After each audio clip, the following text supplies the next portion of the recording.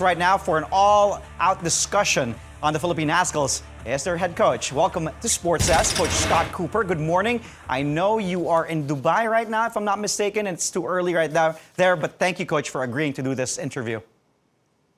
Good morning. No problem at all. It's a pleasure.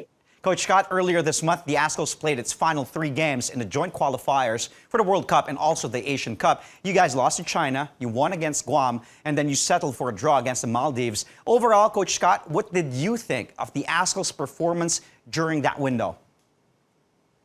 We have to start by identifying that the points tally we got from the group was the most achieved by any Azkals team.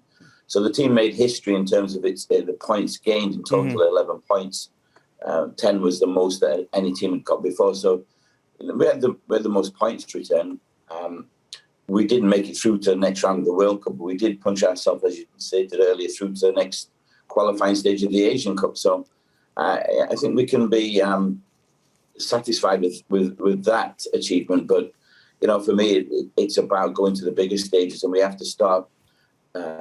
We have to actually stop settling for mediocrity in the Azkals in Philippines football and start looking for the bigger achievements.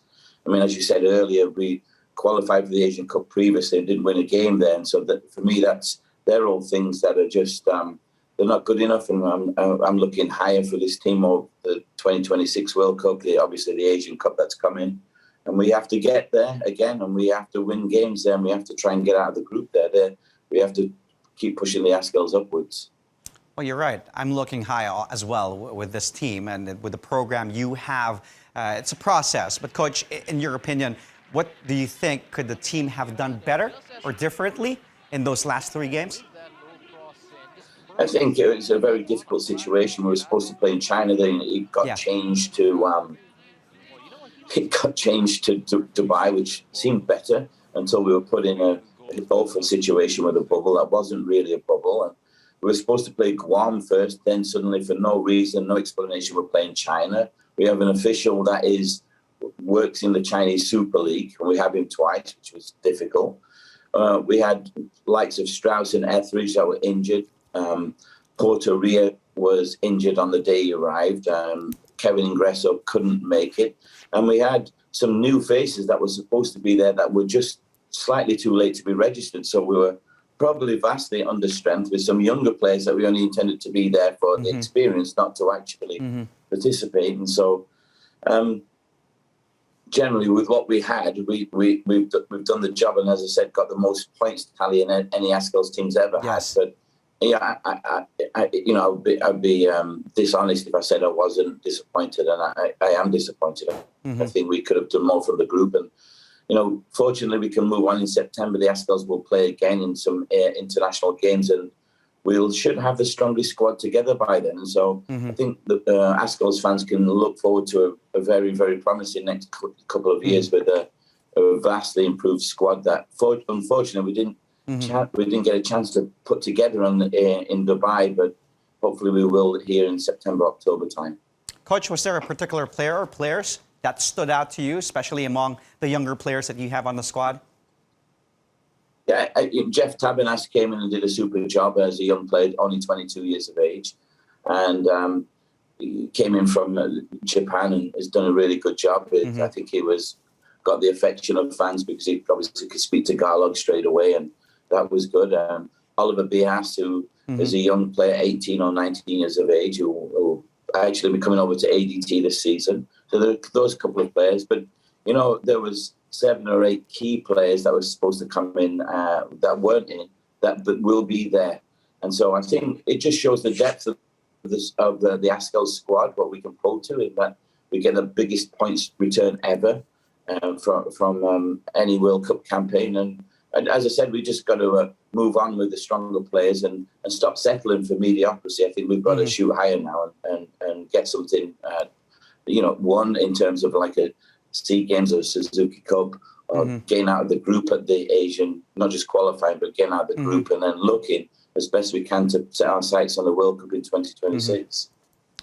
Well, the third round of the Asian Cup qualifiers, Coach, won't kick off till February next year. and that's pretty far. But what's the plan for the Azkals leading up to that third round, Coach? Yeah, that's important because our points tally made sure we're in a very strong position to be in a strong pot, so that the group we should get on paper, we should be able to, the top two teams qualify for the Asian Cup. The fact that we were the second or third best team from Southeast Asia, which was good, it'll mean that the pot on paper, the teams we get on paper, at least by FIFA rankings, will mean the teams that we should ordinarily qualify through. So we've got September and October friendly internationals, and we've got the Suzuki Cup in December, hopefully, if that carries on still. So we've got 3 get-togethers with all the strongest players and everybody available, hopefully, by then. And, it gives us every opportunity to have what would probably be the strongest team the Azkals have ever fielded in the next 3 get-togethers in preparation for that Asian Cup group. So I'd like to think we qualify, and I'd like to think when we get there, we do better than just being there and, win a game and try and get out of the group once we're there. Coach, we've been seeing a lot of youth movement, even with the basketball program with Coach Tab's young guys for Gilas Pilipinas. Same with you, with the young Azkals. Can we expect more of this for the Azkals, like more youth, young players and for the youth movement moving forward, Coach? Yeah, I mean, any sport, any federation, especially football, you have to keep your eyes on the young players, and the squad you always pick's got to have a nice balance, which is why we brought in 4 or 5 young players. But, ideally those players were at the end of the squad to experience it and be around the squad. But because of all the injuries and the failure to register or process players in times, they were thrusted to the top end of the squad and had to play. But you've got to always have that balance in mind. You've always got to have a future in mind. If it would be selfish of someone like me just to pick only the experienced players. You've got to kind of look to the future as well. And 2026 is years away now. It's 5 years away still. So we have to keep all those things in mind. And so we have to appreciate what the plan is, not just short and medium, but long term as well. And that means including young players that deserve to be in the squad. And like we said, we identified some players that did a great job. Yeah. We had another 2 players that sadly couldn't make it. The younger players that are playing at high levels too. So I think the future looks very, very good for us. We just got to get this squad together, and we've got to just start getting some continuity with the team and getting the results that to be fair, the country's never had before. We need to start getting those results now. Well, Coach Scott, again, thank you. Good morning to you there in Dubai. Thank you for agreeing to do the interview, and know that I believe in you and what you're trying to do with the Philippine football program. Thank you, Coach Scott. Stay safe. That was Coach Scott Cooper, the Azkals head coach. And we've